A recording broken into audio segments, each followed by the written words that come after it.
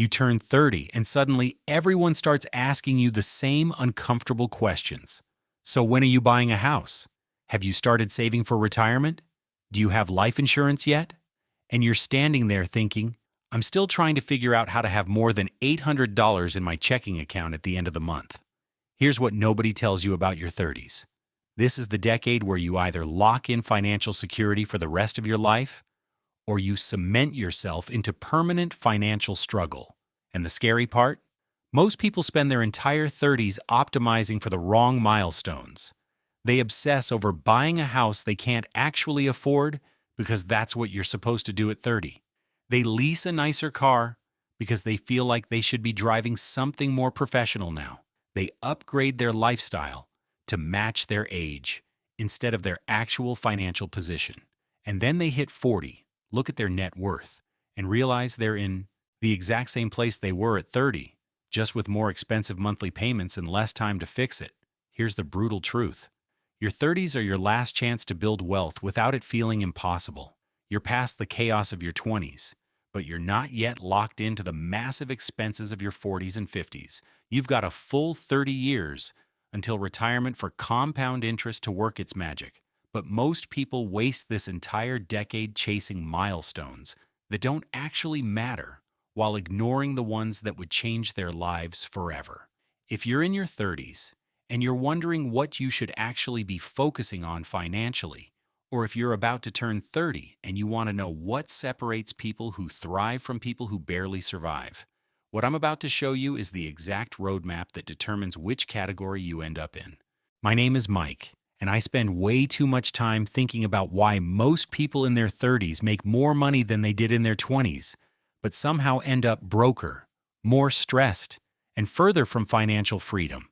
If you're someone who feels like you're finally making decent money but it's disappearing faster than ever, or if you're confused about what financial milestones actually matter versus which ones are just keeping up with the Joneses, make sure to hit that subscribe button and give this video a thumbs up if it helps you figure out what to focus on. Because what I'm about to break down isn't generic advice about maxing out your 401k or living below your means. We're going to look at 5 specific financial milestones that have measurable, life-changing impacts. Things that will either set you up to retire comfortably by 55 or guarantee you're working until you're 70. And more importantly, I'm going to show you the math behind each one and why the order you accomplish them in actually matters more than most people realize. The first major milestone you need to hit in your 30s is crossing $100,000 in net worth. Not income, net worth. And before you say, Mike, that's impossible, I'm drowning in student loans and I can barely save anything, let me show you why this number is so critical and why it's more achievable than you think. Charlie Munger, Warren Buffett's partner, said, the first $100,000 is a bitch, but you gotta do it. And he's right. But here's what makes your 30s the perfect decade to hit this milestone. You're finally making real money. Hopefully $60,000 to $90,000 or more, depending on your field and location. You've probably figured out basic adulting, so you're not making the catastrophic financial mistakes you made at 23, and you've still got 30 plus years until retirement for compound interest to turn that $100,000 into something massive. Here's the math that makes $100,000 the inflection point. Let's say you're 32 years old and you hit $100,000 in net worth. If you never add another dollar and just let it grow at 10% annually, which is roughly the stock market's historical average, by the time you're 62, that $100,000 becomes $1.74 million just from compound interest. But if you don't hit $100,000 until you're 42, you only have 20 years for it to compound, so it only becomes $672,000. You lost over $1 million by waiting 10 years. That's what hitting this milestone in your 30s versus your 40s costs you. But here's what most people get wrong about net worth in their 30s. They think it's all about income. I need to make 6 figures to have a 6-figure net worth. Wrong. I know people making $140,000 a year with a net worth of $30,000 because they've got a $750 car payment, a $2,800 mortgage on a house they can barely afford, and $40,000 in furniture and lifestyle purchases financed at 18% APR. And I know people making $68,000 with a net worth of $180,000 because they drive a paid-off Camry, live in a modest apartment, and invest 25% of their income. Your net worth in your 30s is a direct reflection of your ability to not inflate your lifestyle every time you get a raise. Here's how you actually hit $100,000 by your mid-30s. First, if you have high-interest debt, anything over 7%, you attack that first. Credit cards, personal loans, car loans, with terrible rates, get rid of them. Every dollar you pay toward a 22% credit card balance is essentially earning you a guaranteed 22% return, which beats any investment you could make. Second, once the bad debt is gone, you start aggressively building your net worth through retirement accounts and investment accounts. If you're 30 and you invest $1,000 a month for 5 years, you'll hit $100,000 by 35 even with modest market returns. But Mike, I can't invest $1,000 a month. That's insane. Okay, let's break that down. $1,000 a month is $12,000 a year. If you're making $72,000 a year, that's 16.7% of your gross income. After taxes, assuming you're taking home $54,000, that's 22% of your take-home. Is it easy? No. Is it impossible? Also no. It means you're not financing a new car. It means you're not living in the most expensive apartment you can technically afford. It means you're not spending $400 a month on restaurants and $200 on subscriptions you barely use. It means you're prioritizing your future over looking successful today. The second milestone is getting to zero on all consumer debt. No credit card balances, no car payments, no personal loans, no buy now pay later schemes.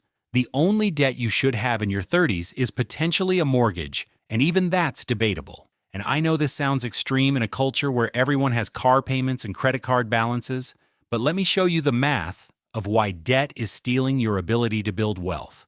The average American household carries $6,270 in credit card debt according to Experian. At the average APR of 24%, that's $1,505 in interest payments every single year. That's $125 a month going to absolutely nothing. Not building equity, not generating returns, just pure profit for banks. Over 10 years, that's $15,050 in interest if the balance never changes. But here's where it gets worse. If instead of paying $125 a month in interest, you invested that $125 monthly in an index fund earning 10% annually, after 10 years you'd have $25,900. You didn't just lose the $15,050 in interest payments, you lost the $25,900 you could have built. The real cost of carrying that credit card debt is over $40,000 in 10 years. Now let's talk about car payments, because this is where people really mess up in their 30s. The average car payment is $736 a month according to Edmunds. Most people in their 30s think, well, I make more money now, I can afford a nicer car. So they upgrade from their paid-off older car to a $45,000 SUV with a $736 payment for 6 years. Here's what they don't calculate. That $736 a month over 6 years is $53,000 total. At the end, they own a 6-year-old vehicle worth maybe $22,000. They paid $53,000 for something worth $22,000. They lost $31,000. But the real loss is the opportunity cost. If instead of making that $736 payment, they kept their paid-off car and invested $736 monthly for those 6 years at 10% returns, they'd have $73,400. So the decision to upgrade to a newer car didn't just cost them $31,000 in depreciation. It cost them $73,400 in lost investment growth. That's a $104,400 decision, disguised as a $736 monthly payment. Here's the milestone. By 35, you should have 0 car payments. Drive a reliable used car that's paid off.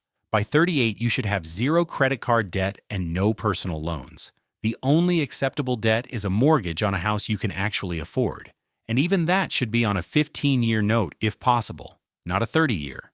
When you enter your 40s with 0 consumer debt, you free up thousands of dollars every month that can go toward investments, toward paying off your house early, toward building wealth that actually compounds. When you enter your 40s still making car payments and carrying credit card balances, you're basically guaranteeing you'll never build significant wealth. The third milestone is having 6 full months of living expenses saved in an emergency fund that you never touch unless there's an actual emergency. And this is different from your retirement accounts or your investment accounts. This is liquid cash sitting in a high-yield savings account that you can access immediately if life goes sideways. Here's why this matters more in your 30s than it did in your 20s. In your 20s, if you lost your job, you could probably move back in with your parents, sleep on a friend's couch, or take any random job to survive. In your 30s, you've got a lease or a mortgage. You might have a spouse or kids depending on your income. You've got a lifestyle and responsibilities you can't just abandon. If you lose your job at 34, you need actual runway to find another position at your level, not just any job at Starbucks to pay rent. According to the Bureau of Labor Statistics, the average job search takes about 5 months for professional positions. If your monthly expenses are $4,500, you need $27,000 to cover 6 months. That sounds like a massive amount, but let's break down what happens if you don't have it. You lose your job. You've got maybe $3,000 in your checking account. By month 2, you're putting groceries on credit cards. By month 3, you're behind on your car payment, and your landlord is sending late notices. By month 4, you're borrowing money from family, and your credit score is tanking. By month 5, you're taking a job that pays $20,000 less than your previous role because you're desperate and out of options. Now, same scenario, but you have 6 months of expenses saved. You lose your job. You're not panicking because you've got $27,000 in the bank. You spend the first 2 weeks processing and planning, not freaking out. You spend months 2 through 4 strategically applying to positions that actually match your skills and salary requirements. You're not desperate, so you interview well. You negotiate better because you have leverage. By month 5, you land a position that pays $10,000 more than your previous job because you had the financial security to wait for the right opportunity instead of taking the first offer out of desperation. The emergency fund isn't just about surviving a crisis. It's about having the financial security to make good decisions during a crisis instead of terrible decisions because you have no options. Here's how you build this in your 30s. If you're 31 and your monthly expenses are $40,200, your 6-month target is $25,200.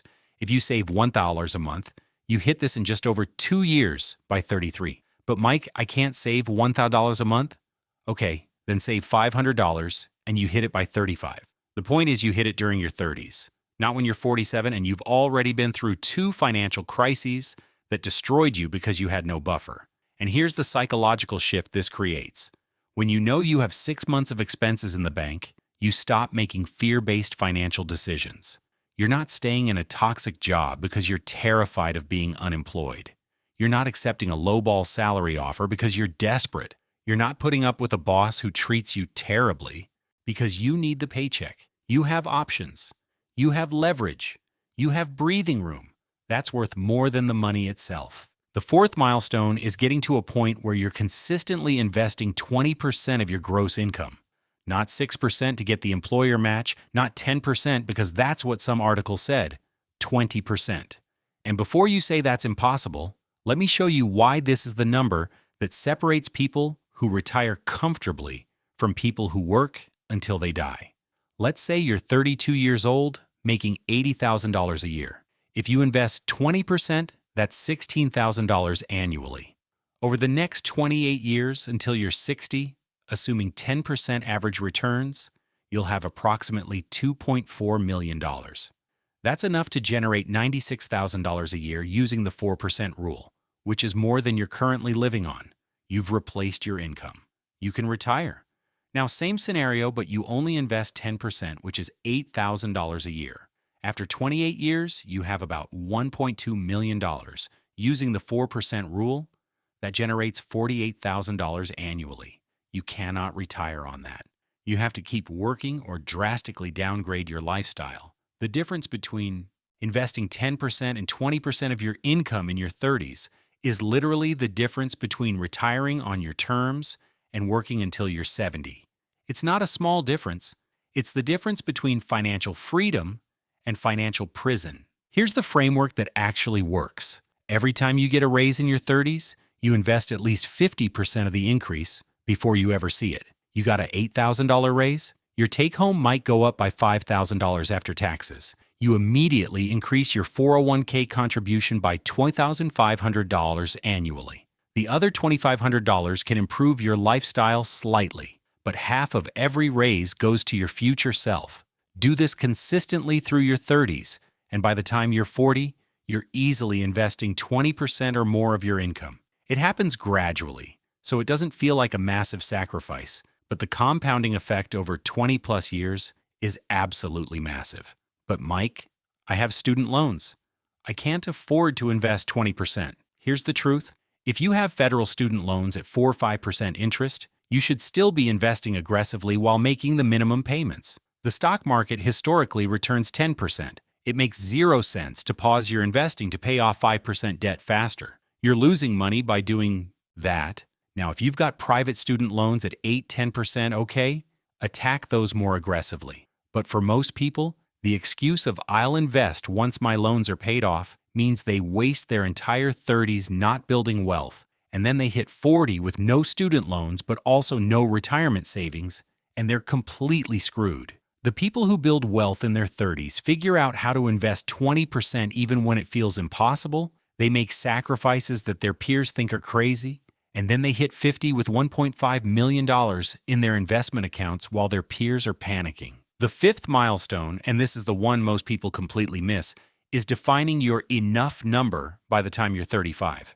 This is the amount of money you need to feel financially secure and the lifestyle you actually want versus the lifestyle you think you're supposed to have. And this might sound philosophical, but it's actually the most financially important thing you can do in your 30s. Here's what I mean.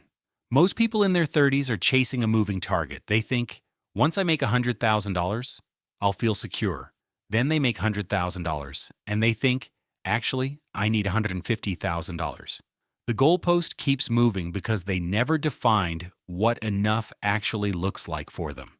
Meanwhile, their expenses keep rising to match their income, so they never actually feel more secure. They just have more expensive problems. Let me show you two different paths. Person A decides at 33 that their enough number is $80,000 a year. They're currently making $75,000, so they're almost there. When they get raises, they invest most of the increase instead of inflating their lifestyle. By 40, they're making $95,000, but still living on $80,000, so they're investing $15,000 a year plus their salary increases. By 50, they have enough invested that they could retire early if they wanted, because their lifestyle hasn't inflated. Person B never defines their enough number. By 50, they're making $140,000, spending $140,000, and they have barely any savings. They make way more money than Person A, but they're way less financially secure. Here's the milestone. By 35, you should have a clear written number of what annual income makes you feel secure and comfortable. Not rich, not impressive to others, comfortable for you. Whatever it is, you write it down, and you commit to keeping your lifestyle at or below that number for the rest of your 30s.